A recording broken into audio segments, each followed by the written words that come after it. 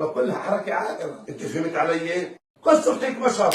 قلت المسؤول الاول على اللي جرى في غزه ابو مازن في الاجتماع المركزي هم، قلت لهم انتم بدكم بتفكروها اكله فجل، بدكم يلا اسلك، وانتم جاي تقولوا لي مصير وطن، بتحكوا باسرائيل وبتحكوا بامريكا وبتحكوا حوادث قتل وبتحكوا سقوط غزه، بدكم سلك؟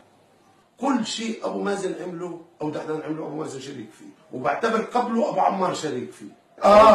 انه طب انت وين كنت؟ التهمه بتصير لمين؟ انا بقبلش اخون ضميري، كنت انا رفضت اوقع على قصه غزه على تحميل دحنا المسؤوليه، يقول لنا شنو مش لحاله، قلت المسؤول الاول على اللي جرى في غزه ابو مازن.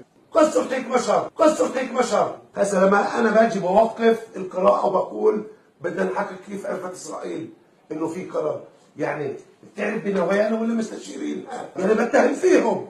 اذا ما فيش حدا يقول لك والله وقفوا بدنا نعرف كيف.